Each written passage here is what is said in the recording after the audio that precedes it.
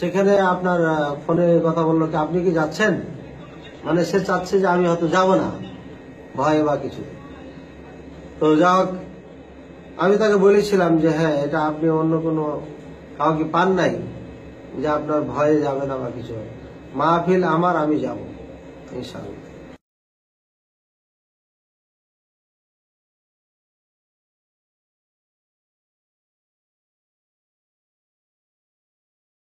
Phone করেছেন, খুব ভালো হলো। জি, ওই আমার একটা প্রোগ্রাম আছে তো, সম্ভবত আপনাকে নিতে পারছি না সাথে। কোথাও আপনি যেহেতু পরিচিত এলাকা, একটা গাড়ি নিয়ে নিন, ইনশাআল্লাহ দেখা হবে ওখানে। ও তাহলে আপনার সাথে যাওয়া যাবে না? হ্যাঁ, এখন প্রোগ্রামটা হঠাৎ হয়ে গেল না তো, সাথে নিয়ে নিতে হবে। কোথায় কোথায়? বহু দূরে আছে। নোয়াখালীতেই? না, নোয়াখালী না, অন্য ডিস্ট্রিক্টে। কবে? আরে আপনাকে বললে পারে ফের ওখানে যায় ভেজাল লাগিয়ে যাবে। ভেজাল আগে একটা শাড়ি, তারপরে ঠিকানা দিবে। না, আমি বলতেছি 23 তারিখ আপনি যাবেন তো?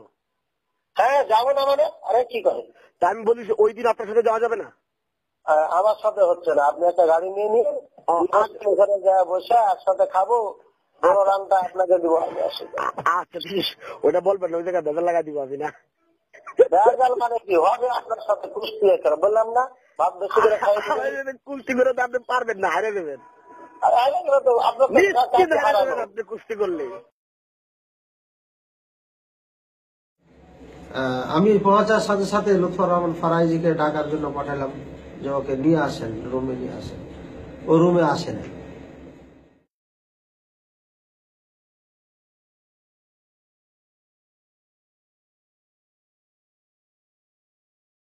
সালাম আলাইকুম রহমতুল্লাহ। হ্যাঁ সাহেব, আমি তো চলে আসছি। হ্যাঁ দোস্ত, কি খবর? আমি তো আইসে গেছি, আপনি তো এখন আসেন নাই। আরে আপনার তো কলিজাটা অনেক বড়, বুঝেন না? হ্যাঁ, আপনার কলিজাটা তো অনেক বড়, আমি একটু বড় করে আইতেছি। আচ্ছা আচ্ছা ঠিক আছে। এখন কি তাহলে আজকে দেখা হবে না? আরে দেখা হবে না মানে? আচ্ছা, আপনি ঢাকায় থাকেন না? বাংলাদেশের বাইরে কোথাও? না না, ঢাকায় না, সেটা বলি। আজকের মাহফিলে আসতেছেন তো? আপনি কোথায় বলেন? আমি মাহফিলে চলে আসছি। হ্যাঁ, ওয়াজ করতেছেন না করে ফেলছেন? না না, করি নাই, আপনার অপেক্ষায়।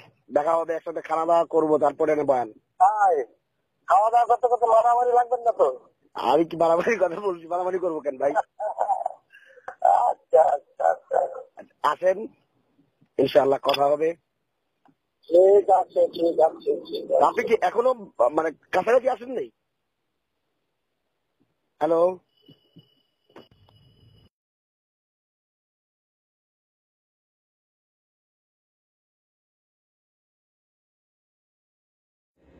তারপরে আপনার আরো বরঞ্চ করেছে কি, মসজিদে বসেছিল, মসজিদে কয়েকদিনই ভাই নামাজ পড়েছে, বুকে হাত বেঁধে অকাল আদিন করেছে, ওদেরকে নিয়ে তিরস্কার করে হই শুরু করে দিয়েছে, মার অবস্থা, শুধু সালাত পড়া দেখে।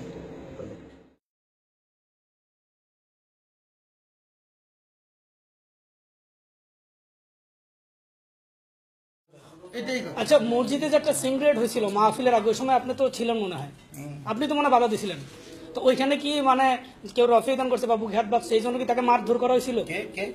মসজিদে যারা বুকে হাত বেঁধে নামাজ পড়তেছিল বা হাত উঠে নামাজ পড়তেছিল, তাদের কি মারধর করা হয়েছিল? মসজিদের ঘটনা হলে বাড়ির শত্রুটা আনি আমার মাহফিলে নিতে ঢুকি, অথচ উনি বলছে মসজিদে নাকি মারধর করা হয়েছে।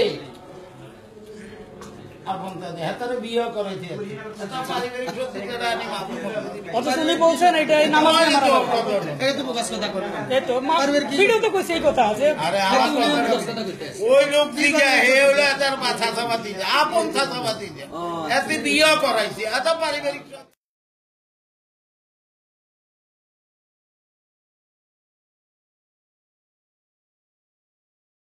তো চেয়ারম্যান সাহেব উনি এসে বললেন যে একটু অপেক্ষা করেন, আপনার সাথে কথা বলি।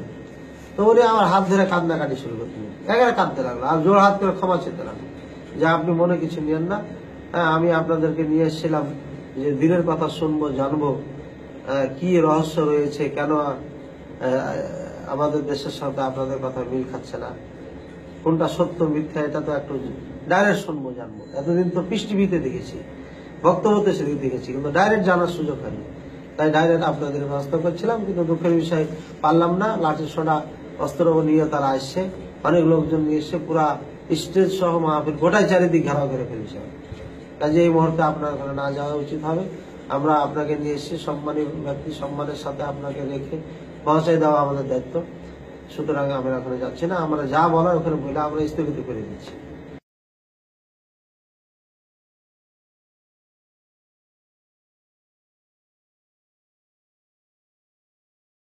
সে এই এলাকার আলেমদের উপর অভিযোগ করতেছে, আমার উপর অভিযোগ করতেছে। আপনি গিয়া তার কাছে বলছেন, আপনি তার কাছে গিয়া বলছেন এই এলাকার আলেম ওলামা 150 লোক অস্ত্র শস্ত্র গোলা বারুদ নিয়ে মাহফিল ঘেরাও করে মানে ই করে রাখছে। আপনি বলছেন কথা বলি না।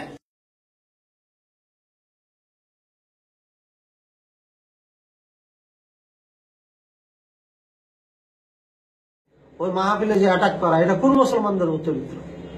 একজন আলেম হয়ে অন্যের মাহফিলে, যেখানে পোস্টারে তার নাম নেই, 3 জন বক্তার মধ্যে আমি প্রধান বক্তা, আরো 2 জন দেওবন্দি বক্তা ছিল, ওই এলাকারই বক্তা ছিল, সেখানে তো তার যাওয়ার কোনো প্রশ্ন ছিল না।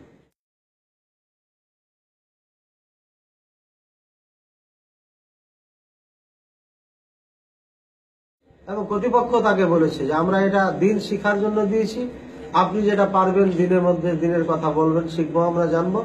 আর ওনাকে দাওয়াত দিয়েছি, হ্যাঁ, ওনার থেকে আমরা দিন সম্পর্কে জানবো, শিখবো।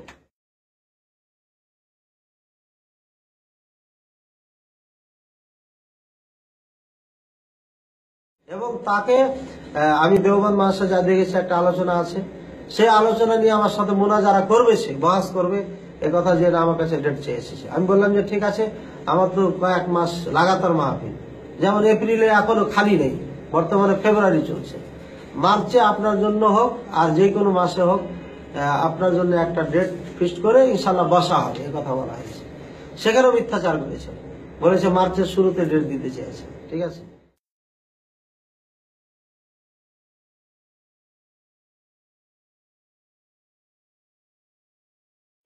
চ্যালেঞ্জ করছেন না আমাদের সাথে, চ্যালেঞ্জ তো করছেন। সেই হিসাবে আমি আপনার চ্যালেঞ্জ একদম ইসের সাথে কবুল করলাম। আচ্ছা, অসুবিধা নাই, ইনশাআল্লাহ। কবে কবে বসবো বলেন? আপনি তারিখ আপনি নিজে নির্দিষ্ট করেন এবং আপনার বাসায় বসবো, যেখানে নিরাপদ। বাকি এতটুকু সত্য আমাদের কথোপকথনটা আমরা ভিডিও করবো। আচ্ছা, অসুবিধা নাই, ভিডিও হবে, রেকর্ডিং হবে, সবই হবে। হ্যাঁ, তারিখ বলেন কবে বসবো? একটা তারিখ আপনাকে দেওয়া হবে ইনশাআল্লাহ, আশা করি ফেব্রুয়ারির পরে ইনশাআল্লাহ। ফেব্রুয়ারির পরে ইনশাআল্লাহ। আমি ফেব্রুয়ারির পরেই আমি আবার আপনাকে কল দিব, যেহেতু এটা আমার আর আপনার বিষয় থাকে না, আপনারা অনলাইনে ছেড়ে দিয়েছেন। আপনার এই ভিডিওর মাধ্যমে অনেক মানুষ মানে আমাদের দৃষ্টিতে বিভ্রান্তিকর অবস্থায় পড়তেছে আপনাদের নিজস্ব ব্যাখ্যার কারণে। না, আপনারা খালি আপনারা যদি বলেন যে ভাই এগুলো ঠিক ভুল আছে, যেমন চরমোনাই বিশ্বাস, আমি কিন্তু আপনাকে ওই বিষয় থেকে জি বলেন। আপনাকে বলি, দেখেন ওলামায়ে দেওবান যে ভুল বলে যাচ্ছে সেটা আপনি নিজে জানেন, এটা অস্বীকার করতে পারবেন না। চরমোনার পৃষ্ঠা যাকে আপনি যার পক্ষে এত কথা বলছেন আর যাকে এই বাংলাদেশে হকানি পীর বলছেন, উনি বলছেন যে বাবারা, আমাদের বাবারা অমুক অমুক, এরা জাহাজ নিয়ে কিয়ামতের দিন সারিবদ্ধ হয়ে নিয়ে থাকবে। আপনি আমরা কিন্তু মূল এক জায়গায় আসি, সেটা হচ্ছে আপনার ওই লেকচার, পুরা ওই ভিডিও লেকচারটা আমি জবাবন্দে না দেখেছি। আমি আগে সরমনায় পরে আনেন, আগে আপনি এই ভিডিওটা লেকচারের উপরে আমার দৃষ্টিকোণ থেকে আপনি এখানে পুরাটা লেকচারের মধ্যেই আকসার কথা মানে জেনে শুনে বললে মিথ্যা কথা বলছেন, জেনে শুনে বললে মিথ্যা কথা বলছেন, আর যদি না জেনে বলে থাকেন তাহলে মারাত্মক অপবাদ আরোপ করছেন। এটা আমি আপনি যখন চ্যালেঞ্জ করছেন আমি সেই চ্যালেঞ্জটা কবুল করলাম। আপনি বলছেন সেই সময়টা বলবেন, আমি আপনার জন্য কিন্তু ফেব্রুয়ারি পর্যন্ত অপেক্ষা করবো ইনশাআল্লাহ। আমি ফেব্রুয়ারি শুরুতে আমি আপনাকে কল দিব। ফেব্রুয়ারি পরে বলছি, ফেব্রুয়ারি আমরা ব্যস্ততা ফেব্রুয়ারি, তাহলে আমি ফেব্রুয়ারি শেষের দিকে কল দিব আবার।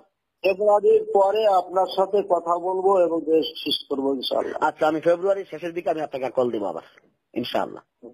ঠিক আছে, ভালো থাকবেন, আমার জন্য দোয়া করবেন, আপনার জন্য আমি দোয়া করি।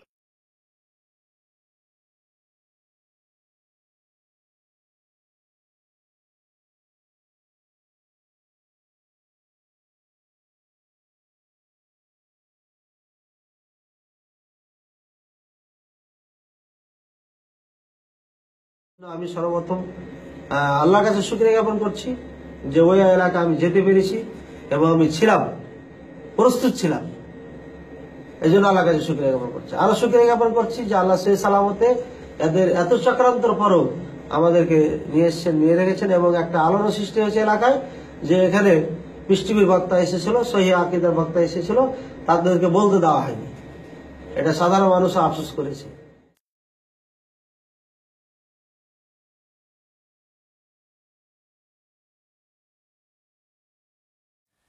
আচ্ছা, আপনি তো ওই দিন লুৎফর রহমান ফরাজি সাহেবের সাথে স্টেজে ছিলেন।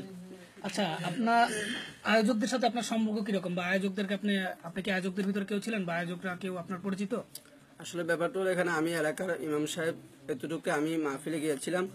তবে যে লাঠিসোঁটা নিয়ে মারামারি বা সন্ত্রাস বাহিনী এমন কিছু আমার চোখে পড়ে না, আমি কোনো কিছু জানিও না। সব বানোয়াট কথা, সব মিথ্যাবাদী কথা। আচ্ছা, এখানে কি লুৎফর রহমান ফরাজি সাহেবকে দাওয়াত দেওয়া হয়েছিল, নাকি উনি বাইরে থেকে বহিরাগত হিসাবে মাহফিলে প্রবেশ করছিলেন? আমি যতটুকু জানি ওনাকে দাওয়াত করে এনেছেন। কারা এনেছেন? যারা মাহফিল করেছেন তারা এনেছেন, মানে মাহফিল ইন্তজামিয়া কমিটি ওনাকে দাওয়াত করে এনেছে? জি জি জি জি। আচ্ছা, সেখানে কি লুৎফর রহমান ফরাজি সাহেব রেফারেন্স ব্যতীত কোনো কথা বলছিলেন? না, উনি স্বয়ং একেবারে সব দেখাই দিয়েছেন নিজে হাতে ধরে।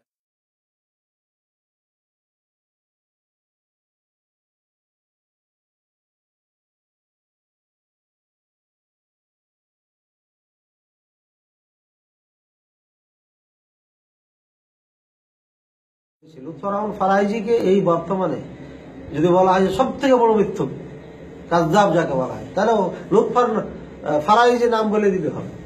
লুৎফর রহমান ফরাইজি নাম বললে মিথ্যুক বোঝাবে। যদি কাউকে মুনাফিক বলতে চাই, লুৎফর রহমান ফরাইজি বলে দিলে চলবে। কারণ এই লোকটা মিথ্যুকও এবং মুনাফিকও এবং গাদ্দার, আমার সাথে গাদ্দারি করেছে। হ্যাঁ, আমার সাথে বসে কথা বলার কথা ছিল, আমিও বই পুস্তক নিয়ে গেছিলাম।